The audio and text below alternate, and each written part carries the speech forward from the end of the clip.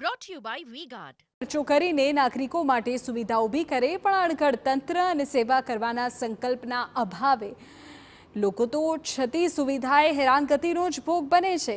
સરકારી ફાઇલો જેમ એક ટેબલથી બીજા ટેબલ પર અટવાય તેમ છોટાઉદેપુર જિલ્લાની એકમાત્ર જનરલ હોસ્પિટલમાં આવતા દર્દીઓ પણ અટવાય છે। હોસ્પિટલમાં મોટાભાગના તબીબો રજા પર છે, અમુક વિભાગમાં તો તબીબો છે જ નહીં। સારવાર માટે આવનાર દર્દીઓને વડોદરા અને બોડેલી રિફર કરીને હોસ્પિટલનું તંત્ર હાથ ખંખેરી નાખે છે। વિસ્તારની ગરીબ આદિવાસી પ્રજાને જ્યાં રિફર કરાય છે તે શહેરમાં પહોંચતા પહેલા જ દર્દી તો દમ તોડી દે છે તેવા પણ અનેક કિસ્સા બન્યા છે।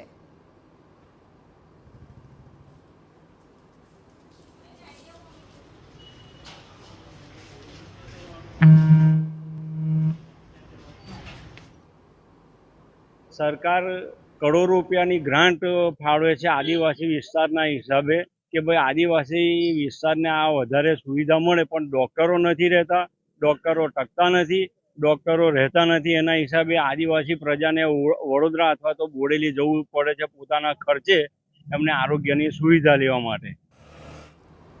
હોસ્પિટલમાં લાખોના ખર્ચે સાધનો વસાવાયા છે। હોસ્પિટલનું બીજું નવું બિલ્ડિંગ પણ બની રહ્યું છે। 30 જેટલા ઓક્સિજન આપવાના મશીન ભંગારમાં ફેરવાયા છે। 4 વેન્ટિલેટર અને 2 એક્સરે મશીન પણ એક ઓરડામાં ધૂળ ખાતા પડ્યા છે। ટેકનિશિયનના અભાવે કરોડોના અત્યાધુનિક મશીનોની સુવિધા દર્દીઓને નથી મળી રહી।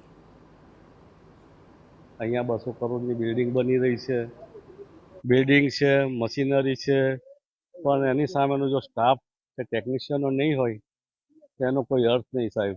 બધું ધૂળ ખાશે, નવું બિલ્ડિંગ બી ભંગારમાં થઈ જશે।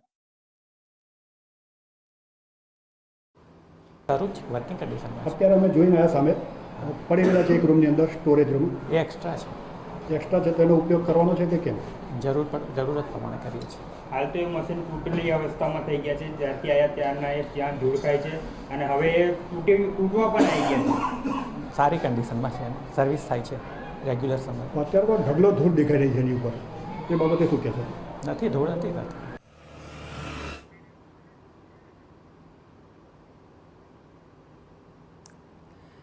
તો આ જે પ્રકારના કિસ્સાઓ સામે આવી રહ્યા છે। હોસ્પિટલ પાછળ રિનોવેશનમાં 18 કરોડનો ખર્ચ કરાયો છે। 20 કરોડના ખર્ચે નવી ઇમારત બની રહી છે।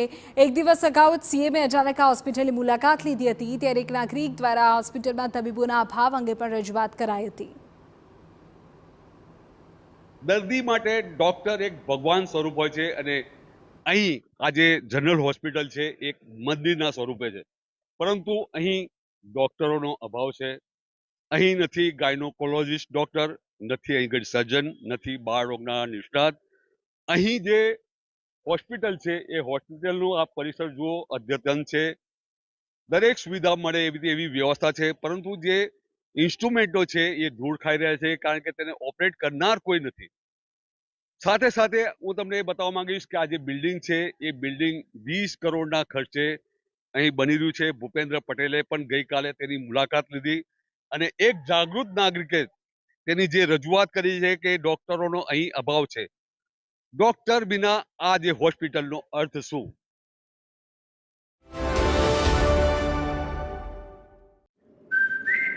Brought to you by V-Guard.